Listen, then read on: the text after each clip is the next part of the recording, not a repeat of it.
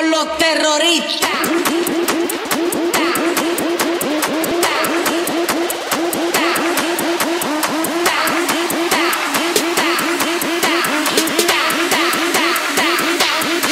The Harlem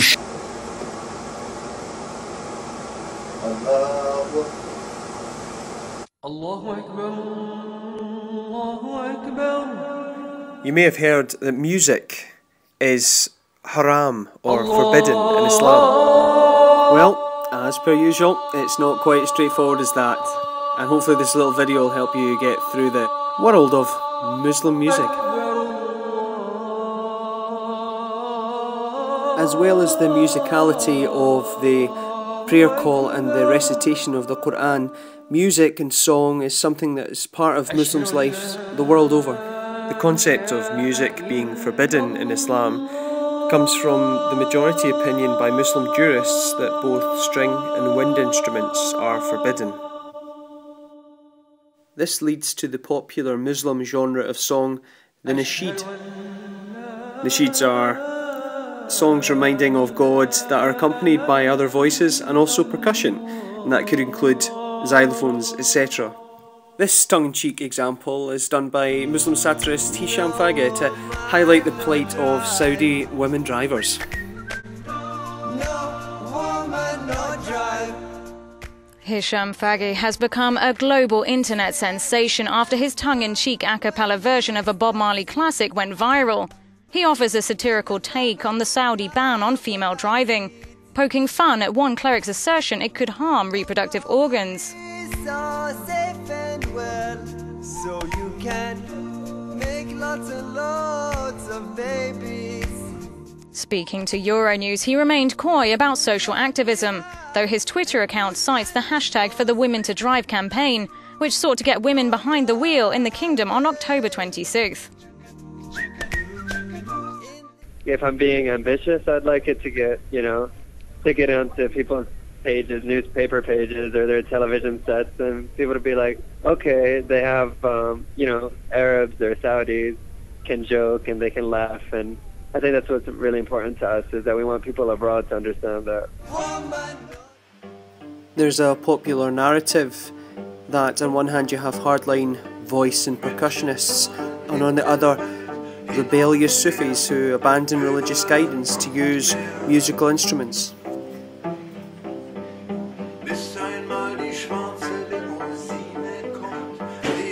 This very much is not the case.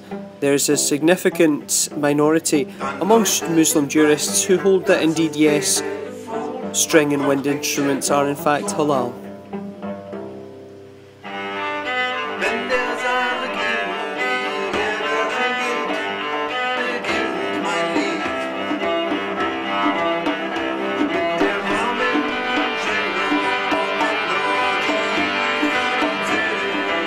Sufis participate in dhikr or remembrance sessions in order to achieve a higher state of remembrance of God that refreshes and purifies the heart so that they can be better servants of their Lord.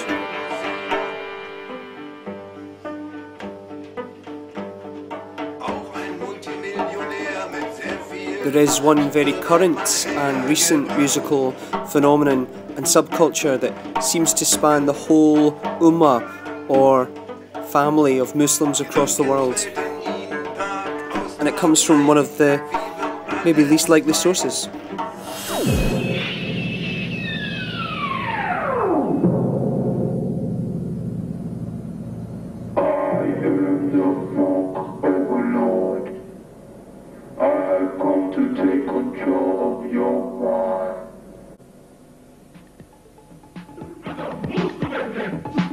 Hip-hop is very much a global phenomenon, but its rise has been inextricably linked to Islam and Christianity. Adisa Banjoku, founder of the Hip Hop Chess Federation, explains how.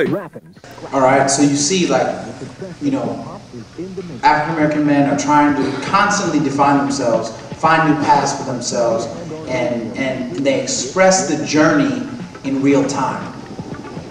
So if you're not listening to everything that's on corporate radio, and if you're not and if you're awake enough to pay attention to more than what's just on MTV, you can actually see the movement or the non-movement of people, depending on how you define it. You know, what the Muslims saw in the moment was that all of the things that are wrong morally with hip-hop are a reflection of what's wrong in society, and they try to show the cure. Whereas the old Christian guard was attacking them for not being educated, for not having a place to go, for not having a good understanding of God.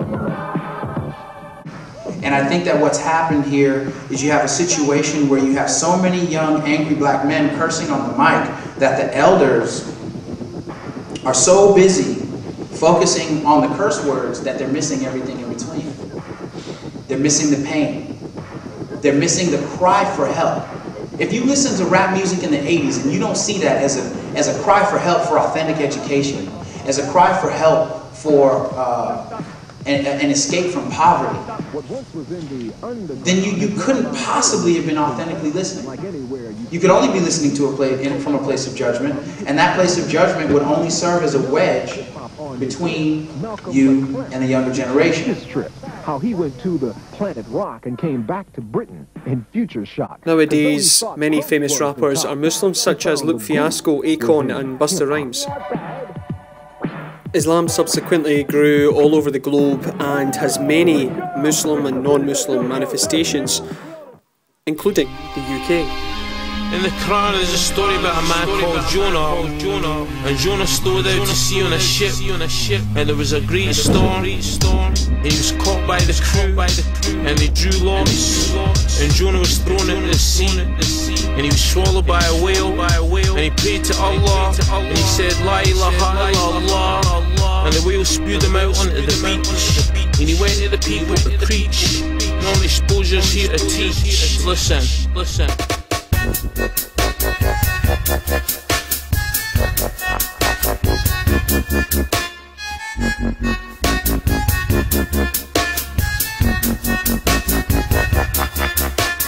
future's not bright, and the future's not orange. The future's looking black and looking kinda horrid.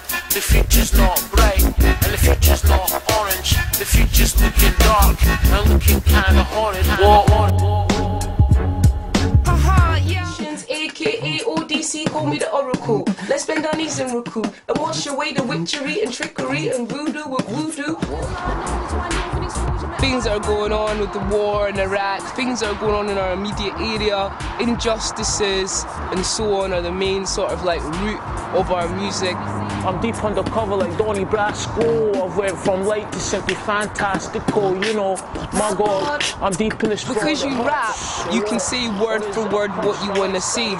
And with singing, it's something that is very captivating. So when someone sings, you listen less to the content and you're more mesmerized by the beauty of the voice. Whereas when you rap, there's less beauty and you're more concentrated and you tune in more to the lyrics. What can't man possess? Yet he still thinks he has less, yes. We always keep making checks, never forget your heart knows best.